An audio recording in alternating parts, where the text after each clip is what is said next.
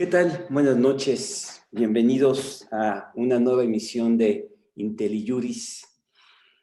Esta noche vamos a dejar un poco de lado la pandemia y sus diversas implicaciones jurídicas y vamos a conversar sobre un tema importante que tiene que ver de manera más inmediata con dos acuerdos, dos medidas administrativas que tomó el gobierno del presidente López Obrador en materia de energía.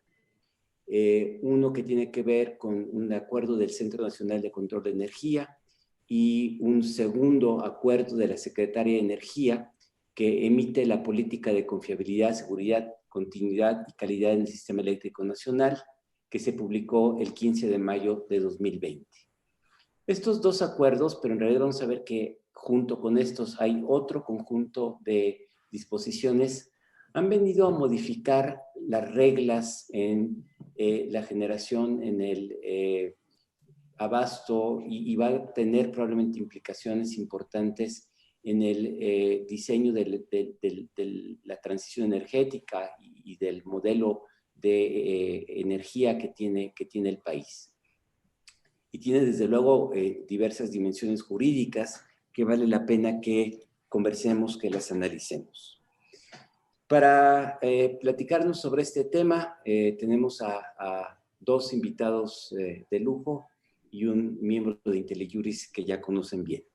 En primer lugar, le doy la bienvenida y agradezco mucho que haya aceptado la invitación a la licenciada Cristina Maza, abogada, maestra de la Escuela de Derecho de Harvard, miembro de la Barra de Abogados de Nueva York y una de las abogadas líderes en materia económica. Ella actualmente trabaja en un importante despacho, pero se ha especializado en sectores regulados como telecom, hidrocarburos, electricidad, y también es una de las expertas más reconocidas en materia de competencia económica, incluso en su largo currículum. Por ahí fue comisionada varios años de la entonces Comisión Federal de Competencia. Nos acompaña también Gabino González Santos, quien es abogado también, especialista en argumentación jurídica, maestro en Derecho Constitucional y Derechos Humanos, y en particular tiene una experiencia de más de 15 años en la Suprema Corte de Justicia, donde acompañó al ministro Cosío en su ponencia, pero tiene un gran conocimiento de los temas jurisdiccionales y es una de las vertientes que queremos tocar.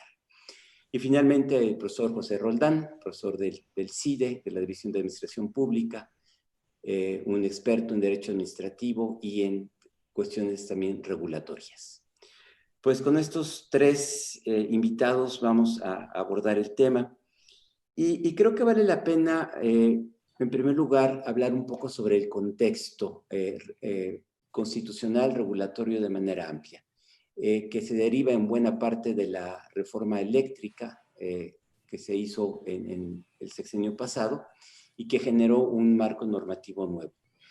Cristina, ¿por qué no nos platicas un poco cuáles eran los supuestos de este nuevo modelo en la industria eléctrica y cuáles eran, digamos, las lógicas subyacentes en términos de generación de energía, transición a energías limpias, costos, tarifas, en fin, toda la complejidad que tiene la energía, el sector de energía eléctrica? Adelante, por favor.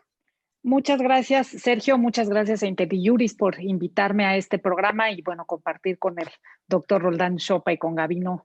Es un privilegio y, bueno, les agradezco mucho. Sergio, como comentabas dentro de mi no muy delicadamente señalado largo currículum, he trabajado mucho en temas de competencia económica. Y la reforma eléctrica no fue otra cosa más que una reforma de competencia. Fue el desmantelamiento de un monopolio. Es una reforma que siguió secuencialmente a la reforma en telecomunicaciones, que fue otra reforma de competencia. Y, digamos, lo que muestra es que en ese pacto por México y en esas reformas estructurales había este ánimo de crear políticas, órganos y principios, reglas, incentivos a la inversión y supervisión procompetitivos. Y esto de ninguna manera se debió al altruismo o a las miras políticas generosas de quienes en ese momento estaban en el poder, sino que se debió a una necesidad imperativa tanto en telecomunicaciones como en energía, que era la muy precaria situación en este último caso de las empresas hoy productivas del Estado, Pemex y CFE, para abastecer al país en un caso de hidrocarburos y combustibles y en el otro de electricidad. Entonces, digamos, la reforma en competencia, quiero insistir, no fue nada más por una loable y noble creencia en los principios de la competencia, sino en la necesidad de que entraran nuevos participantes a estos mercados porque los incumbentes ya no podían. Entonces, ¿cómo le vas a hacer para que entren los nuevos? Pues quieren saber que son inversiones cuantosísimas, son tecnologías de redes, son tecnologías muy complejas, las inversiones que se requieren. ¿Cómo le vas a hacer para que vengan a invertir? Pues tienes que proveer los incentivos, las reglas y las políticas. Entonces, ese es el origen de la reforma. Y entonces pasamos a una cosa que no había habido nunca en materia eléctrica, que es un mercado. Antes teníamos un servicio público.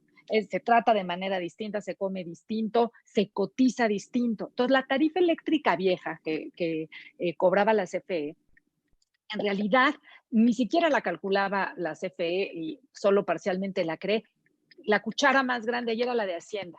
Y la luz, igual que otras, muchos bienes y servicios del Estado, tenían un componente de policy completamente distinto que los costos de generación más una utilidad razonable, que es la medida que se utiliza para prácticamente cualquier otra determinación de precios o de tarifas, ¿no? Pues cuánto cuesta más cuánto tiene que ganar el que lo produjo.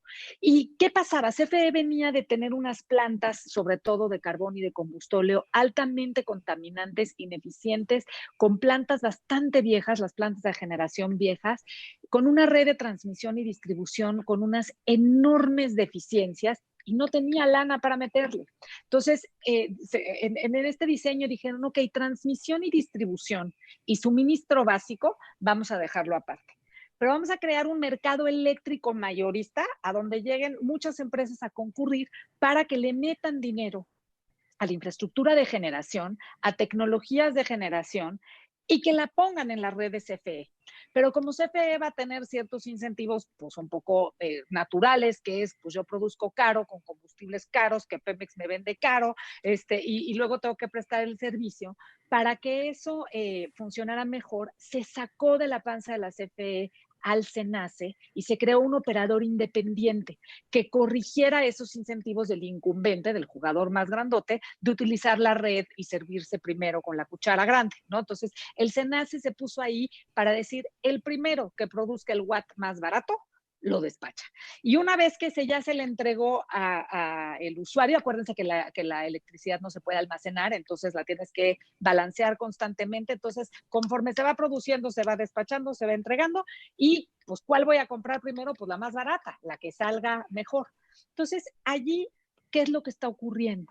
Que en esa producción, quienes llegaron con nuevas tecnologías, sin pasivos laborales, sin las enormes historias que hay detrás de CFE, a poder producir, pues tienen una ventaja competitiva. Y ya pasados ciertos años, si les sumas los viejos contratos legados, los de autoabasto, y los de pequeños productores que había antes, pues lo que están haciendo es producir de manera más eficiente y lo que está haciendo el SENACE, porque así está obligado por mandato, es a darles acceso abierto, que es el principio de competencia más básico en esto, darles acceso abierto a la red y despachar primero al más barato. Ahí en esa política de muy largo nombre que mencionaste, la política de la CENER, justamente tiene la listita de palabras de lo que la propia ley de la industria eléctrica dice que es importante, ¿no? Confiabilidad, continuidad, seguridad, y las pone parejitas. Son la propia ley, también la política, es decir, se ponen y la eficiencia. Lo que tiene que ser el despacho eléctrico es eficiente. Entonces, igualmente que es seguro, no es una por encima de la otra, tienes que encontrar el óptimo allí. Y esa era la tarea del SENACE. Y cierto es que las energías renovables, en particular las eólicas, porque solo sopla el viento algunas horas, y las solares, porque solo está el sol algunas horas, son intermitentes, pero eran intermitentes desde antes del COVID. Y son intermitentes aquí y en China, literalmente. Y todo el mundo ha resuelto la intermitencia de muchas otras maneras que no son diciendo desconéctate porque eres intermitente, a que apenas nos estamos enterando que el sol se pone o que el viento solo sopla a ciertas horas, ¿no? Entonces, es decir, la intermitencia sin duda es un fenómeno, pero es un fenómeno que se resuelve técnica y económicamente con reglas claras y transparentes, y la interconexión a la red tiene que pagar lo que cuesta que te prendes y te apague. Eso es lo que tiene que pasar. Entonces, con estos principios de acceso abierto y de libre concurrencia de generación del mercado mayorista, se puso otra regla importantísima que es, se le va a dar un permiso a todo el que cumpla con los requisitos de ley. No a quien me caiga bien, no a quien use mi tecnología favorita, no a quien sea, al que cumpla con los requisitos de ley, que es otro principio básico de la competencia, la no discriminación. Entonces, ¿quién puede participar en el mercado? Cualquiera que cumpla con los requisitos de ley. Y se hizo otra cosa que fue la regulación tarifaria ex ante, que es otro mecanismo de competencia muy claro, es decir, en la parte en la que hay servicios regulados que tienen problemas de acceso, pues vamos poniéndole desde ahorita la tarifa. Y bueno, y el principio que ya les platicaba, que es el de el despacho económico y la seguridad en el despacho. Entonces, se hizo un esquema institucional, y con esto termino, muy bien pensado, aunque con algunas cosas mejorables, pero digamos que se hace la política, y una política que cumple con todos estos objetivos que acabamos de hablar, la cree como un órgano autónomo, autónomo técnicamente, aunque sigue siendo coordinado por la Secretaría de Energía con una ley que así lo determina. El SENACE como operador independiente, la CONAMER para asegurar que todas las medidas administrativas cumplan con el análisis costo-beneficio, la COFESE para opinar, investigar y sancionar las prácticas monopólicas que pudieran ocurrir porque hay un ex monopolio que sacarlo de allí cuesta tiempo, dinero y esfuerzo. Y por último, la CFE, que deja de ser autoridad o tener cualquier otro carácter que no sea el de participante en el mercado en condiciones iguales que a todos los demás. ¿Qué pasa? Simplemente que ese esquema pues es contrario a los principios ideológicos y doctrinarios de la administración en turno, pero ese es el que está previsto. Y entonces estamos viendo una serie de actos que ahorita van a discutir el resto de los panelistas, un poco pechar para atrás este ejemplo, porque ahí sí, derivado del COVID, una muy súbita caída de la demanda, lo que hizo evidente es que cuando poquita gente pide electricidad a ciertas horas y la industria está parada y todo lo demás, ¿se acuerdan que comentamos? ¿Quién despacha primero? El más barato. ¿SFE el más barato? No. Entonces, CFE no estaba vendiendo. Las primeras watts que se estaban despachando eran los de las energías renovables porque son más eficientes y más baratas, y entonces un poco la política es quitarlas de medio para que CFE pueda vender. Y tiene ahí su combustóleo y tiene ahí sus plantas de ciclo combinado y tiene sus contratos y tiene todas estas cosas y no está pudiendo hacer nada allí, sí, por la ralentización de la demanda de electricidad. Y con eso concluyo y les agradezco la paciencia. Gracias, Cristina. Pues planteaste muy bien el escenario, el entorno, la lógica subyacente. Luego podemos discutir. Pero ahora, entrando ya en materia, los dos acuerdos, profesor Roldán, uno del SENACE, el otro de la Secretaría de Energía, que establece las políticas con todas estas palabras: confiabilidad, seguridad, continuidad, calidad. ¿Qué podemos decir de estos acuerdos desde el punto de vista jurídico-administrativo? Quiero aprovechar la intervención de Cristina, que me parece muy clara, y montarme en lo que ella expuso, queriendo simplificar las explicaciones. Imaginemos que estamos ante una actividad en conjunto, pero es posible establecer distinto tipo de canchas atendiendo a una diversidad de segmentos en los cuales participa el Estado, pero también ejerce funciones distintas. Una cancha es lo que llamó Cristina como la generación de un mercado. En esta parte en donde hay un mercado, en donde hay competencia, está presente el Estado como empresario. La CFE es una empresa productiva del Estado, y esto supone que el Estado es el dueño que lleva a cabo un negocio, pero lleva a cabo un negocio o debiera llevarlo a cabo en igualdad de condiciones de los otros participantes en el mercado. Pero tiene una peculiaridad, y ahí quisiera subrayar como la rendija que dejó abierta Cristina, para ver los peros del diseño que se dio el sexenio pasado, y me parece que ahora estamos frente a una magnificación de esos detalles que están causando el cortocircuito. Sí, ahí el Estado participa como empresario, tiene un consejo de administración y en la presidencia del consejo de administración participa la titular o el titular, según corresponda, de la Secretaría de Energía, en su calidad de representante del propietario en una empresa que debiera participar en igualdad de condiciones que el resto de las empresas. Luego tenemos otro segmento que es en el donde está CENACE.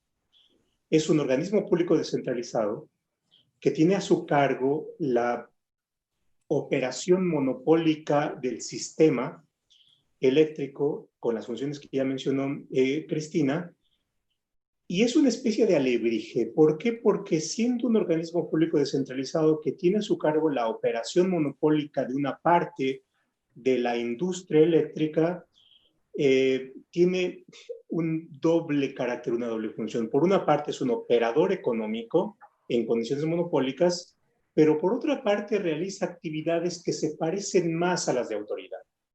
Y ahí es donde tenemos el fundamento para que emita un acuerdo que no es en estricto sentido una norma jurídica, que no pasa por el procedimiento de mejora regulatoria, al menos por su disposición en ley, y por otra parte tampoco se publica en el diario oficial, sino se comunica por una vía distinta a aquellos sujetos con los cuales tiene relaciones contractuales. Y ahí, en la presidencia del órgano de gobierno, participa nuevamente quien ocupe la titularidad de la Secretaría de Energía. Entonces tenemos ya dos cachuchas. Y esto es parte del cóctel. Y por otra parte tenemos a los reguladores, que es la Comisión Reguladora de Energía, y también tenemos a la autoridad pública, que es la Secretaría de Energía, que tiene una función de emisión de políticas y de preparación de políticas, en donde por supuesto también está, como es natural, la titular. Entonces, lo que tenemos es un diseño que ahora está generando cortocircuito, y a mí me parece que ahí tenemos un problema de conflicto de interés. ¿Por qué? Porque hay una diversidad de intereses que jurídicamente podríamos identificar como distintos.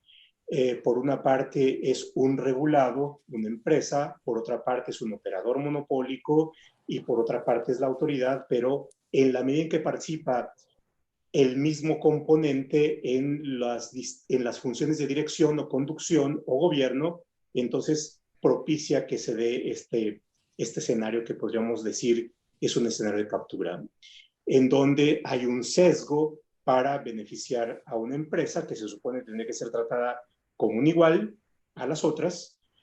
Y ahora, ahí metería una parte que es como el componente político que liga o que le da coherencia a por qué es que se están llevando a cabo estas distintas acciones, que tiene que ver con el sesgo ideológico, con una idea de fortalecer a las empresas del Estado, de discursivamente recuperar la soberanía energética, pero, y ahí tenemos un punto conflictivo que después desarrollará Gavino, que es el medio y el cómo se está desarrollando. La democracia supone que quien triunfe en las elecciones tiene una diversidad de vías de conducir su proyecto político, pero en la medida que estamos en un Estado constitucional, en un Estado de Derecho, esta conducción de la ideología, esta conducción de las orientaciones políticas, tendrían que llevarse a cabo de conformidad con la ley, modificando las leyes, modificando la Constitución, recurriendo a aquello que en un Estado constitucional debería recurrirse.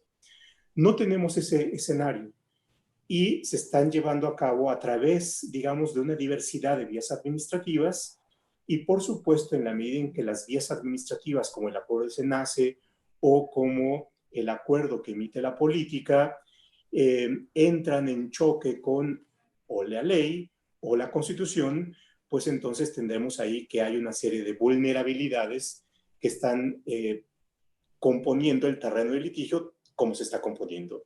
Hay una diversidad de amparos dirigidos por una parte en contra del acuerdo de SENACE, que tiene estas peculiaridades jurídicas, Hay otro conjunto de amparos que se están llevando en contra del acuerdo que emite las políticas, que ahí tendríamos, por supuesto, una actuación administrativa que emite políticas, y eso nos va a llevar, y ya es una reflexión más desde el derecho administrativo, a un terreno en donde va a ser muy importante la diferenciación del distinto tipo de actividades o funciones públicas. Es decir, uno es la función pública del Estado como empresario, en condiciones de igualdad y en donde debiera tener un trato como igual que otros y donde la autoridad debería ser neutral respecto de los agentes que componen el mercado.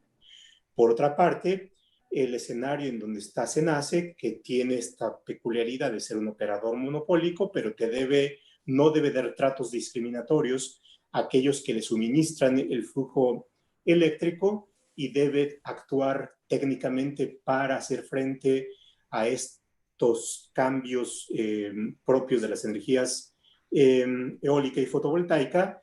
Y por otra parte, la función de política de la Secretaría. Entonces, una tarea es identificar el distinto tipo de funciones jurídicas, la función de política, la función de regulación, la función del Estado como empresario, y si no se distingue esto, pues entonces se genera este cóctel muy, muy complejo. Yo me quedaría ahí esperando que esto sirva para retomarlo posteriormente, porque el siguiente punto es, por supuesto, ver cómo esto se está dando ya en los escenarios litigiosos. Sí, a ver, lo que sugieres, doctor Chopa, es que la vía que utilizaron, que es por la vía administrativa, por acuerdos de carácter administrativo, genera inmediatamente un problema, por lo menos de legalidad, sino de constitucionalidad, y ahorita podríamos regresar a esa dimensión. Y lo que hemos visto es, evidentemente, una reacción importante, por un lado de las empresas, por otro lado también de grupos de sociedad civil, de grupos ambientalistas, que están preocupados por otra serie de cuestiones. Yo le preguntaría a Gabino si nos puede también platicar un poco de cómo ha venido esta activación de los mecanismos de defensa, y por ahí también alguien nos pregunta si cabría una controversia constitucional. Te dejo, Gabino, para que expongas esta dimensión del problema. Claro que sí, muchas gracias. Yo sumaría a los elementos que hasta ahorita se han comentado, la fabulosa explicación inicial de Cristina y bueno, todo el tema del desarrollo regulatorio y administrativo por parte del profesor Chopa. Yo creo que hay no solo esos dos acuerdos que son los que han sido mediáticamente más fuertes, esto es emitido el 26 de abril por el SENACE y el emitido el 15 de mayo por la Secretaría de Energía en términos de confiabilidad, sino que inician, me parece, en octubre con un acuerdo, a finales de octubre con un acuerdo de Secretaría de Energía a través del cual modifican el esquema para la obtención de los certificados de energías limpias. Entonces, ahí, digamos, me parece que es el primer elemento normativo con el que empiezan a generar un cambio en un sistema constitucional y legal muy robusto que tiene como eje, como lo decía Cristina, la competencia económica. Yo aquí me parece que es muy clara esta división competencial que tiene cada uno de estos actores. Tienes una Secretaría de Energía que tiene un papel en términos de la elaboración de la política pública y de ciertos elementos programáticos. Tienes un órgano regulador que además tiene fundamento en el 28 constitucional, que digamos es a través del cual el Ejecutivo va a llevar a cabo la regulación en materia eléctrica. Y tienes un órgano operativo que es el SENACE, que no deja de ser peculiar que el SENACE formaba parte de la Comisión Federal de Electricidad. Digamos, no es un órgano nuevo en términos de, oye, pues es que crearon el SENACE. No, a ver, el SENACE era una división operativa de la Comisión Federal de Electricidad, en este contexto que nos narraba de manera muy, muy adecuada Cristina, y cada uno tiene su espacio, su ámbito competencial y su limitación o sus límites en términos de hasta dónde puede llegar el papel que le tiene asignado, tanto en la ley de los órganos reguladores, la propia ley de energía eléctrica, la LIE, para poder llevar a cabo todos estos componentes y que marchen de la mejor manera posible. Digamos que eso es un poco el espíritu de este tema. Ahora, entrando en materia en términos de cuando se empieza a judicializar todos estos elementos, digamos desde el inicial, que es el de los CELS, pasando después por el del SENACE de 29 de abril, el de la Secretaría de Energía, y ayer se publicó en el Diario Oficial de la Federación un acuerdo de la CRE en donde modifica el esquema tarifario para el porteo, que es, por así decirlo de una manera sencilla, el transporte de la energía eléctrica, ¿no? La conducción en la red, en el sistema eléctrico por parte de CFE. Entonces, me parece que es una serie o una batería de elementos administrativos a través de los cuales han ido generando un cambio sustancial a lo que podríamos tener como la reforma y la ley de la industria eléctrica. Yo aquí me quedaría en términos de esta parte y qué es lo que sigue, qué es lo que hicieron los actores que de alguna manera sintieron una vulneración, pues acudieron al amparo, al juicio de amparo. Hay amparos que se hicieron valer por parte de las empresas, aludiendo evidentemente a un interés jurídico, pero hay una parte muy interesante que es amparos que se hicieron valer por asociaciones civiles o por colectivos, sobre todo en defensa del medio ambiente, aludiendo a un interés legítimo. Y creo que esta parte es muy interesante porque, como les voy a comentar en un segundo, ya se han emitido las suspensiones, tanto provisionales, pero sobre todo la definitiva.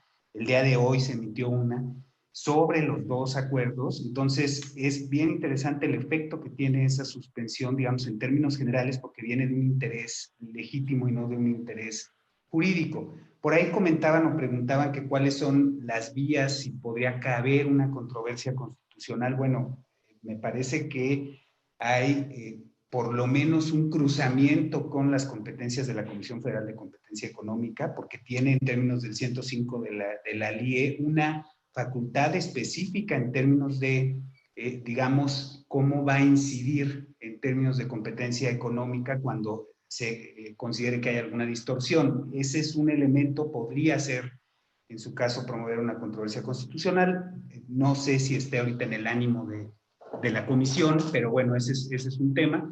Pero no solo eso, yo creo, y por ahí han existido algunos comentarios, o sea, comentado la posibilidad de que el Congreso de la Unión pudiera, en su caso, promover una controversia constitucional, no lo sé.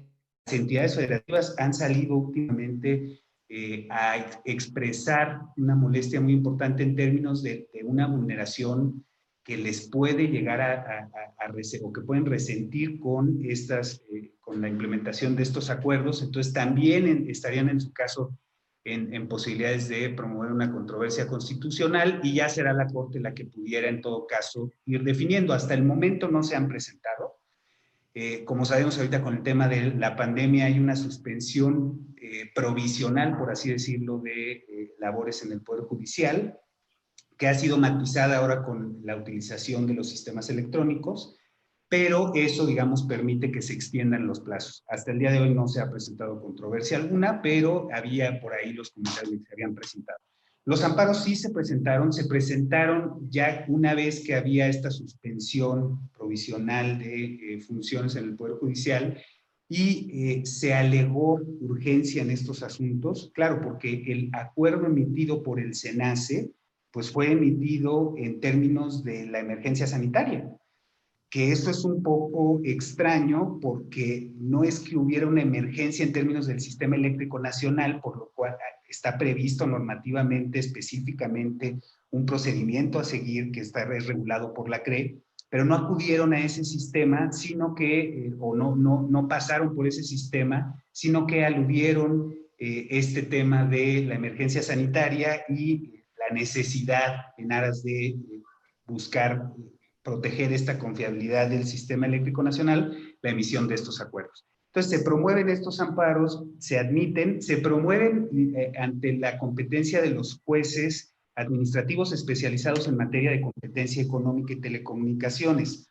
Y aquí, naturalmente, sale una pregunta en términos de si hoy eran los jueces competentes, y hay una especie de debate porque la autoridad hizo valer en su momento una incompetencia de los jueces, aludiendo a pues, que era una materia administrativa pura y dura y no una materia administrativa especializada. Sin embargo, solo para contextualizar, hay una contradicción de tesis de la segunda sala de la Corte en donde se debatió quién era competente para conocer de un caso similar en aquel caso, que es la contradicción de tesis 447/2018. En aquel caso lo que se estaba impugnando era un esquema tarifario emitido por la CRE, y entonces lo que resolvió la segunda sala es que sí era materia de los órganos especializados en competencia, porque, y un poco en sintonía con todo lo que decía Cristina al principio, porque ello tenía incidencia sobre la competencia económica, porque la reforma eléctrica en realidad, su columna vertebral es una reforma para lograr la competencia económica en ese sector. Y entonces le dieron la competencia en a través de esa jurisprudencia a los órganos especializados, y digamos ese es el motivo o la razón por la cual se están llevando ante estos órganos jurisdiccionales especializados en materia administrativa, pero sí especializados en términos de competencia y telecomunicaciones.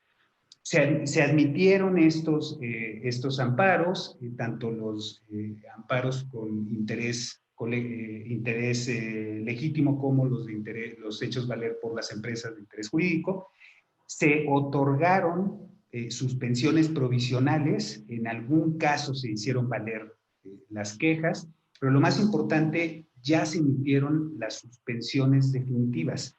Hoy precisamente el juez primero especializado emitió la primera, hasta donde yo tengo conocimiento, suspensión definitiva que abarca los dos elementos, tanto el decreto de SENACE como el acuerdo, perdón, de SENACE como el acuerdo de la Secretaría de Energía. Y al ser un caso de interés legítimo, pues esa suspensión, digamos, tiene un efecto muy amplio, ¿no? Y así lo hace ver el juez en su propia determinación. ¿Qué sigue de aquí? Evidentemente, me parece que se van a presentar las revisiones por parte de la autoridad, se van a hacer varias revisiones, y el tribunal colegiado, otra vez el especializado, el administrativo especializado en materia de competencia, pues tendrá que definir sobre la materia de la suspensión definitiva. Si eventualmente se confirma esta decisión de la suspensión, pues eso quiere decir que la suspensión va a regir hasta el momento en que se emita una sentencia definitiva en el juicio de amparo. Es un tema muy complejo que tiene muchas incidencias y que es, digamos, difícil de estudiar en términos, no difícil, en los tiempos del estudio de este asunto me parece que van a tener, a ser espaciados. No creo que sea muy rápido que emitan una sentencia en el juicio de amparo. Esa es, por supuesto, opinión y percepción personal. Pero además estamos en una condición en que cuando regresen a trabajar de manera ordinaria los juzgados de distrito, va a haber muchos asuntos que tengan que atender, ¿no? Porque ahorita con esta suspensión provisional, por así decirlo, de labores, eso está generando que se esté acumulando el trabajo que eventualmente se les va a turnar y que tengan pues una carga importante para desahogar todos los asuntos que tengan pendiente, lo que lleva a pensar que este asunto pues va a llevar un tiempo en resolverse, pero con la idea de que están bajo suspensión. Muy bien.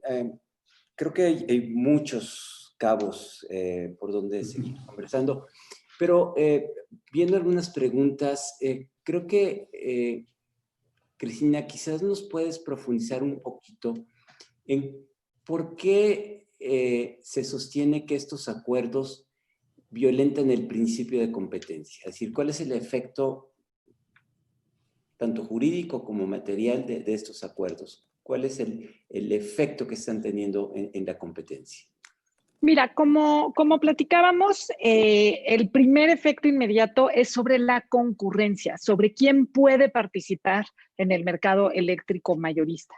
Al unos ser excluidos, al decir no te puedes conectar a la red, pues no importa qué estés produciendo, pues si no lo puedes entregar, además recordemos justo la energía, la electricidad, a diferencia de los petrolíferos, pues no los puedes guardar. Perdona, entonces, sí. Pero lo que implicó fue un cambio de regla. No, o sea, el acuerdo del SENACE, sí, básicamente lo que hace es desconectar de su red, porque el SENACE es el que opera la red, a los intermitentes, ¿no? Entonces, allí se afectó de manera directa y particular a las energías eólicas y solares principalmente, por esta razón que platicábamos hace ratito, que es como te prendes y te apagas, le causas intermitencia al sistema y como decía, eso tiene algunos otros mecanismos de balance. Pero entonces al decir, es que eres un problema, ya no te voy a dejar que te conectes, más allá de si era verdadero o no la razón, es que lo que afecta es la concurrencia al mercado. Lo que hacen los productores de electricidad es prender su planta en las horas en las que pueden producir o las que son de ciclo combinado, las que pueden estar permanentemente prendidas, pues es echarlas a andar en el momento en el que hay demanda. Y por eso insisto tanto en que aquí al no haber almacén, al no haber reservas, pues esto tiene que ser casi que minuto a minuto y que te tienen que echar un grito a decir te vas a conectar a tal hora que es cuando vas a hacer falta, ¿no? Entonces tú tienes que estar listo para eso y las inversiones así es como están previstas. Para que tú puedas invertir considerando tu intermitencia, considerando esta serie de factores, pues lo hiciste en un determinado mecanismo de inversión y de reglas del juego. Y la regla que cambia es justo la de interconexión. Entonces, el SENACE, que es el operador, que como decía el profesor Roldán y también Gabino, se crea, se sale, dije yo mucho más coloquialmente, de la panza de la CFE, mucho más correctamente se desincorpora de la CFE, se crea como un órgano independiente, pero pues su corazoncito sigue estando del lado de la CFE. Y entonces este lugar, digamos, de independencia, cuyo único mandato es que venda el más barato, lo hace a un lado, para que despache el más barato, lo hace a un lado. Entonces, el efecto inmediato en materia de competencia es la concurrencia. Van para afuera de forma indebidamente discriminatoria, que es el término correcto en materia de competencia, los productores de renovables. El acuerdo de la política de confiabilidad tiene un alcance mucho más amplio, alcanza también a los legados. Ahora me refiero solo al del SENACE, que tiene este efecto. Y en términos, digamos, de más amplio aliento, la competencia no es un valor en sí mismo, ¿no? La competencia la queremos en los mercados en los que la hemos adoptado porque la mayor concurrencia a lo que invita es a la innovación. No todos podemos llegar al mismo mercado a hacer exactamente lo mismo, ¿no? Entonces, cada nuevo productor lo que trata para distinguirse, para ser más eficiente, pues es de utilizar mejor tecnología, reducir sus pasivos en las maneras en las que vaya pudiendo, ¿no? Entonces, todas esas inversiones se empiezan a perder. Y entonces, digamos, eso genera un ambiente menos competitivo que tradicionalmente, y esta no es la excepción, por supuesto, se traduce en precios más altos. ¿Por qué? Uno, porque la electricidad producida por CFE es más cara, que es la razón por la que había resultado desplazada, y dos, porque además todo este costo administrativo y regulatorio que se vuelve para las empresas, que lo que habían previsto era cómo poner una planta, no cómo defenderse del Estado mexicano de día y de noche. Ese no era parte de su modelo de negocios, ¿no? Entonces genera ese doble costo que finalmente pagamos todos. Y lo pagamos, digamos, en nuestro recibo de electricidad, porque aquí, digamos, sí, a nivel industrial o a nivel personal, es muy directo. La tarifa eléctrica nos afecta a todos, directa o indirectamente. Afecta a todos estos principios de competencia. Un último comentario allí nada más es, preguntabas, Gabino, o comentabas más bien sobre la controversia. Hoy el Pleno de la COFESE evaluó el tema de la presentación de la controversia contra la política. Lo que no sé es qué resolvió, pero en la lista de asuntos del Pleno de hoy estaba a votar la evaluación de la competencia, perdón, la evaluación de la procedencia por el lado de COFESE de la acción de la controversia. Lo que sí está evaluando la COFESE y lo ha hecho es utilizar las facultades que tiene en general de opinar, que esas las utiliza, digamos, a través de las opiniones no vinculantes que tiene en la materia, pero sobre todo yo desconozco si haya ya denuncias presentadas, ya sea por prácticas monopólicas relativas o por acceso a insumos esenciales o ausencia de condiciones de competencia efectiva. Es probable que ya haya, y si no hay, habrá en breve. Entonces me parece que ese será digamos, por la vía. El efecto inmediato es en concurrencia y en discriminación, que se traduce en precios, y vendrán las acciones por esa vía adicionales a las que ya comenta Gavino por la vía jurisdiccional. Gracias, Cristina. A ver, profesor Chopa, dos preguntas que han venido de diferente manera expresando quien nos acompaña. Primera, parece que estamos regresando a un viejo debate sobre el papel de las empresas del Estado, que parecen hoy querer reivindicar un papel central en la definición de la política, y en particular nos han preguntado sobre el pliego de peticiones estratégicas que hizo la CFE, que parecían querer reivindicar otra vez un papel central en no solo en la acción productiva, sino en la definición de la política. Y parecen conflictuar con las ideas que nos ha venido expresando Cristina, de que en la lógica, por lo menos de la reforma, se trataba de una reforma que quería la competencia y que reconocía a la empresa del Estado como un actor entre otros y que no iba a tener condiciones especiales. Por otro lado, otra pregunta que está por ahí, y igual podrías tratarla brevemente, es si esta vía de los acuerdos es una vía que desde el punto de vista del derecho administrativo tenga viabilidad cuando se somete al escrutinio judicial, o si estamos frente a un uso abusivo del instrumento administrativo para querer modificar el estado de cosas sin tocar por lo menos el marco legal, incluso, insisto, constitucional existente. Son dos cuestiones bien interesantes. No hay que olvidar que venimos de una tradición de muchas décadas en las cuales estas dos grandes empresas, que eran las empresas estandarte del Estado, se desempeñaron en un contexto de monopolios. Y por tanto, al no tener competencia, pues acarrear una serie de problemas que tenían que ver con ineficiencias, con pocas capacidades competitivas. Y bueno, por supuesto, una de las grandes apuestas de las reformas estructurales fue ponerlas en un contexto distinto, y eso llevaba también implícita la apuesta de que estas empresas se comportaran como empresas. Lo que estamos viendo ahora es, por una parte, que en el caso de la CFE no se puso en condiciones para no solamente modernizarse, eficientar sus procesos, su estructura, apostarle a las nuevas energías, sino lo que estamos viendo es que en esta añoranza de regresar a las condiciones de una empresa monopólica sin llevar a cabo una transformación, es como el gran incentivo. Entonces está, digamos, operando por la mala. Ahora, esto está ligado con la segunda pregunta. Y la segunda pregunta tiene que ver con el acuerdo, su carácter administrativo, y si esto por sí mismo sería una medida adecuada o bien tendría un problema. A ver, yo en principio no veo un problema en que se pueda emplear el instrumento normativo de acuerdo, pero sí veo una serie de problemas en cuanto a cómo lo están llevando a cabo y a la forma en la cual lo están llevando a cabo.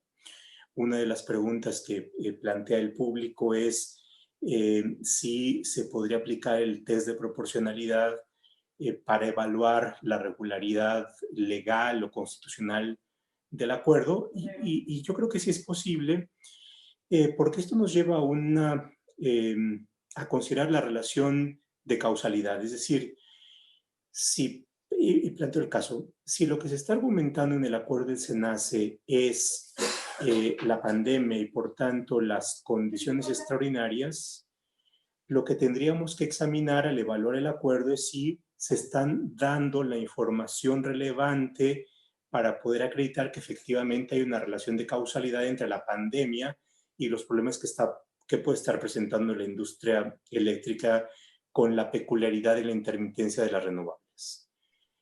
Si uno lee detenidamente el acuerdo, se menciona, pero no hay una información que nos lleve a conocer si efectivamente esta puede ser la causa o la condición que amerite el tipo de medidas y que este tipo de medidas son las medidas más adecuadas para resolver el problema. Y ahí es donde tenemos una relación.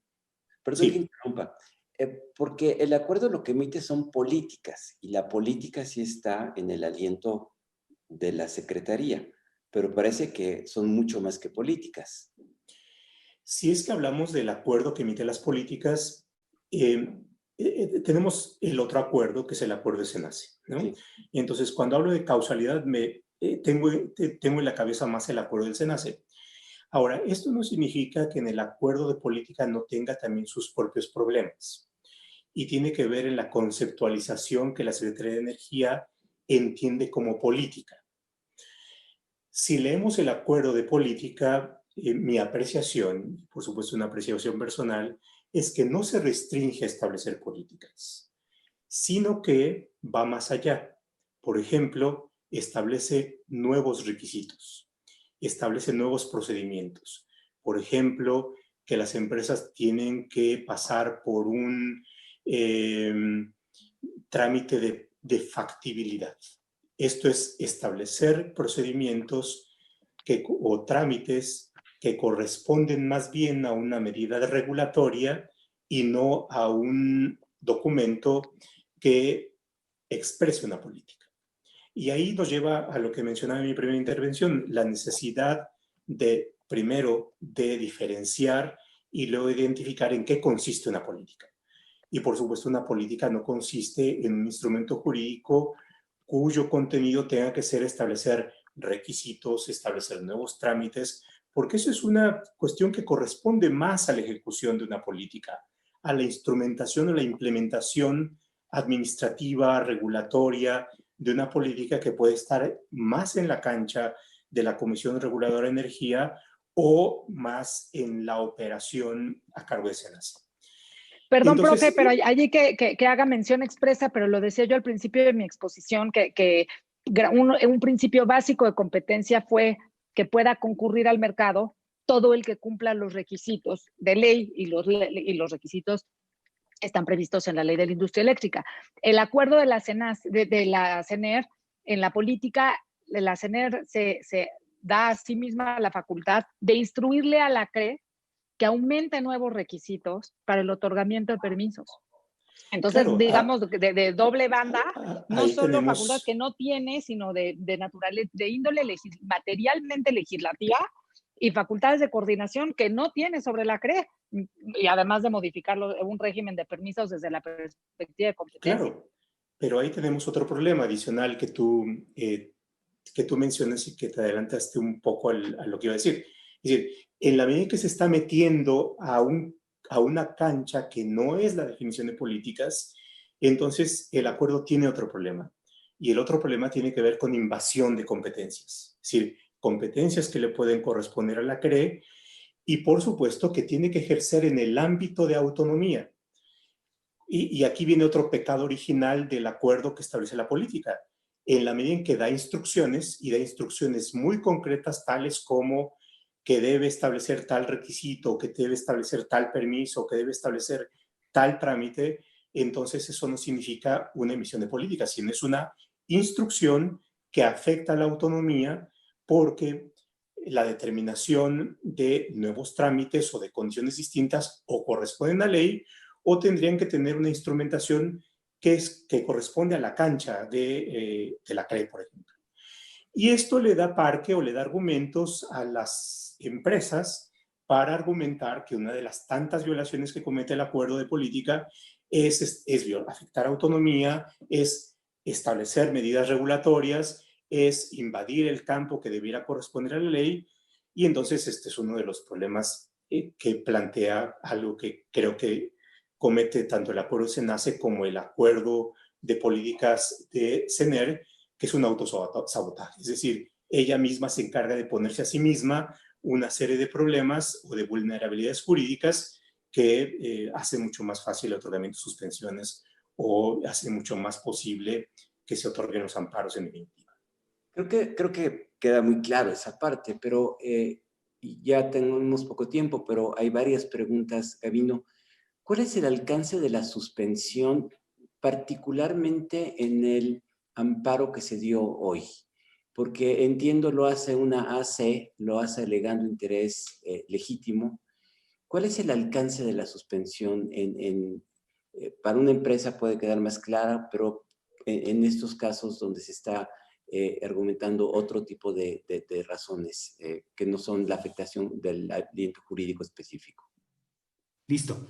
Gracias. Perdón, en el caso que se resolvió hoy por el juzgado primero, la suspensión ya definitiva, que la hace valer una asociación civil cuya naturaleza es o cuya misión es la defensa del medio ambiente, el propio juez hace una explicación, me parece muy clara en términos del alcance de la suspensión, haciendo notar esta condición de, como viene de un interés legítimo, entonces va a tener una amplitud o es más amplia que la que podría tener de interés jurídico, que solo tiene incidencia sobre el quejoso que lo solicitó. En este caso tiene una cobertura más amplia. ¿Qué significa esto? Pues que están actualmente, en virtud de esta suspensión definitiva, suspendidos los acuerdos, ambos, hasta en tanto no haya un pronunciamiento por parte del tribunal colegiado. Entonces me parece que ahorita están suspendidos en términos, digamos, generales.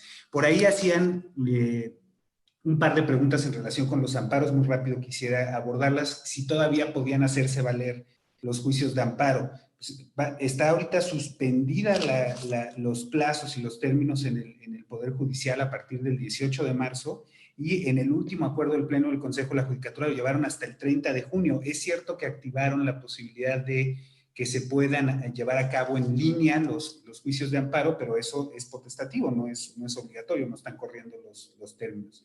Y por ahí había otra pregunta de si esto se puede llevar a un arbitraje internacional. El problema es que los arbitrajes comerciales pues, son entre empresas, y aquí el problema es que estás, digamos, con las autoridades, ¿no? Entonces eso genera cierta complicación.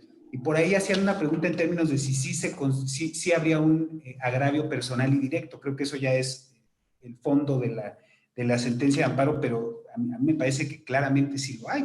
El acuerdo del SENACE pues suspendía la posibilidad de las pruebas preoperativas, y los que ya lo estaban haciendo no podían hacerlo más. Bueno, pues qué más afectación que eso, ¿no?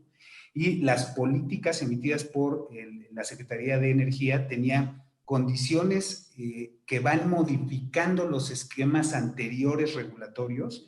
Incluso en tu tercer transitorio, pues deja sin efectos toda la regulación de la CRE que se contraponga con esa política de confiabilidad, ¿no? Entonces yo creo que sí tiene, evidentemente, causa un agravio, pero eso ya será materia del fondo del amparo. Y bueno, yo hasta aquí me quedaría. Bien, pues sí, nos acercamos ya al final, y déjenme para cerrar el programa volver con Cristina, ¿no? Y preguntarte, Cristina, ¿qué sigue? No solo qué sigue prácticamente, sino qué debería de seguir, cuál es la discusión que deberíamos estar teniendo y cuáles son las alternativas, ¿no? Mira, yo creo que allí el profesor Roldán hizo un comentario en su primera exposición que hay que retomar, que es que esta es una autoridad democráticamente elegida que tiene un programa de país distinto al que teníamos, ¿no? Entonces, esa es una realidad. Podemos estar de acuerdo o no, y dependiendo de la afiliación política o personal de cada quien, nos puede gustar o no.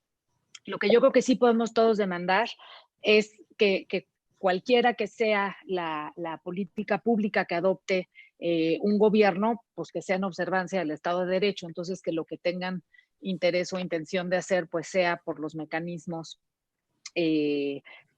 legalmente previstos para ello.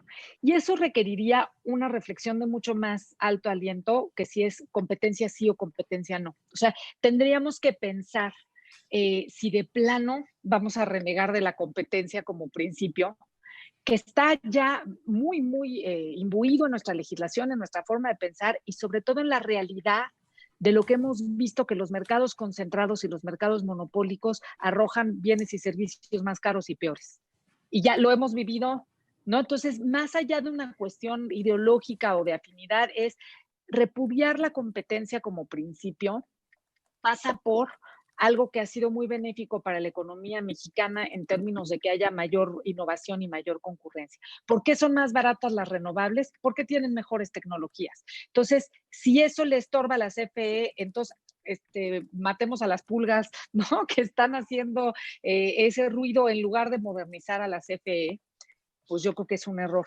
Yo creo que sí, en una política completamente legítima de tener una empresa productiva del Estado más sana, hay muchas cosas que se pueden hacer para modernizar a la CFE sin matar a la competencia. Puede la CFE, al igual que Pemex, tener muchas vías de competir, de manera más eficiente que no sea matando a los demás competidores. O sea, a mí, ¿qué me gustaría ver? Me gustaría ver una reflexión que nos lleve a concluir que sí queremos competencia, que sí queremos mercados competidos y que el legítimo objetivo de tener una CFE más fuerte se logre haciendo a CFE menos dependiente de otra empresa con sus propios problemas como es Pemex, reducir la dependencia de CFE del combustible y del carbón, incrementar para CFE la utilización ayudarle a CFE con la modernización de la red de transmisión y distribución, que por cierto es el problema detrás de todo esto. O sea, detrás de todo esto, el único problema que hay es que tenemos una red de transmisión y distribución con unas fallas verdaderamente elefantiásicas que quien paga es CFE. Entonces, realmente hay muchas maneras de atender los problemas de fondo sin darle esta zarandeada a la competencia y al principio de legalidad. Una CENER que dicte políticas que, como dice todo su nombre, atienda todos esos elementos y no nomás uno de los elementos, es una cosa posible. Entonces, incluso si se quieren hacer algunos cambios de enfoque y de forma y de fondo por una autoridad democráticamente elegida y reconociendo el déficit democrático de algunos reguladores autónomos técnicos, todo eso puede ser parte de la conversación, pero no creo que a decretazos que tienen esta bola de problemas que inclusive el profesor Roldán marcaba como de autosabotaje, ¿no? De decir, sacas acuerdos que no tienen posibilidad de subsistencia jurídica, pues, pero el susto que le sacan a todo el mundo, el dineral que cuestan, la asustada de inversiones, pues son una realidad, ¿no? Entonces, pues, creo que con eso cerraría. Muchas gracias. Gracias, Cristina. Profesor Roldán, déjeme hacer una pregunta incómoda que me la responda en 2 minutos. Usted diga. ¿Qué le diría a la Secretaría de Energía? A ver, yo le diría que tiene que ser mucho más fina en ubicar cuáles son los problemas. Me parece que hay un punto de visión, puede haber cierto prejuicio ideológico, puede tener ciertos fantasmas que pueden resultar molinos de viento. No descarto, como dice Cristina, que puede haber ciertos problemas. Por ejemplo, eventualmente puede haber un problema tarifario, pero creo que el esquema tarifario posibilita atacarlo y corregirlo de una mejor manera.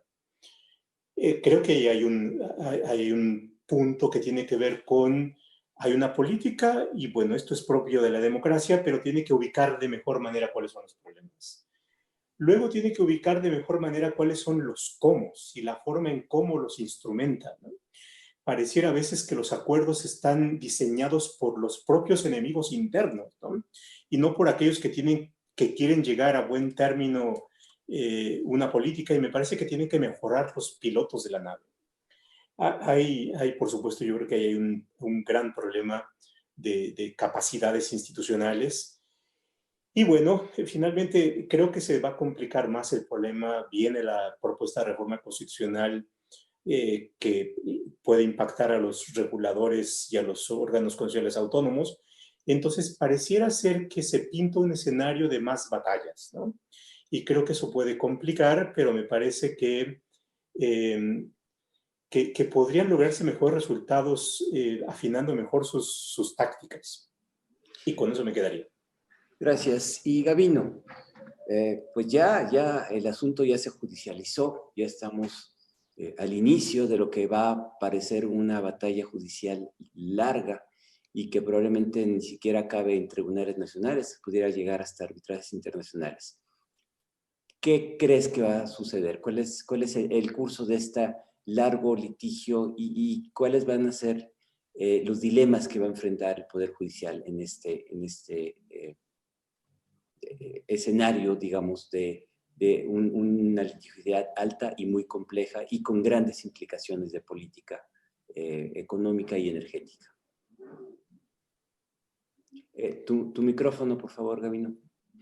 Gracias. Sí, gracias. El primer punto me parece que es que va a ser un tema que va a tardar bastante tiempo en que se resuelva en definitiva, porque primero es un estudio, digamos, complejo de hacerse, no es un estudio muy fácil que se resuelva, pero además en el contexto que estamos, donde se va a ir acumulando el trabajo y que seguramente, el trabajo jurisdiccional, y que seguramente va a haber la intención de que este asunto lo conozca en definitiva o lo resuelva la Corte. Entonces, eso va a hacer que no sea, digamos, muy rápida la solución del caso. En cuanto a los temas de fondo, no sé, me parece muy aventurado ahorita generar una expectativa, pero yo creo que la determinación de que tanto la provisional como la suspensión definitiva fueron otorgadas y eventualmente pudiesen llegar a ser confirmadas por el tribunal colegiado, pues va de alguna manera indicando un camino hacia dónde va, ¿no? ¿Por qué? Por este tema de la apariencia del buen derecho y porque eventualmente pudiese ya de alguna manera el juez preconfigurar que advierte que hay algunos elementos que pudieran llegar a ser inconstitucionales. Entonces me parece que, digamos, va caminando hacia allá. Ahora, falta mucho tiempo, habrá que ver cuál es la actitud de la autoridad, que eventualmente también puede hacer algunos actos posteriores administrativos que pudieran dejar sin materia el amparo. En fin, habrá que ver cómo transitan, pero yo creo que va a ser un camino largo, tortuoso, y que eventualmente pudiera llegar a tener esta condición final internacional. No lo veo en un momento cercano. Habrá que ver qué pasa con la queja definitiva y esperar a que haya una sentencia de amparo y de ahí ver cómo caminan las cosas. Muy bien, pues les agradezco a los tres esta conversación. Hay muchas preguntas que ya no pudimos responder, pero ahí se quedan, les vamos a revisar. Muchas gracias a los tres. Creo que es un tema que da para mucho. Podríamos tener otros varios programas en el tema. Igual lo organizamos. Pero por lo pronto, muy buenas noches y muchas gracias a todos los que nos acompañaron en esta emisión de IntelliJuris. Nos vemos el próximo lunes a las 8 de la noche. Gracias. Muchas gracias. Saludos a todos. Muchas gracias, saludos.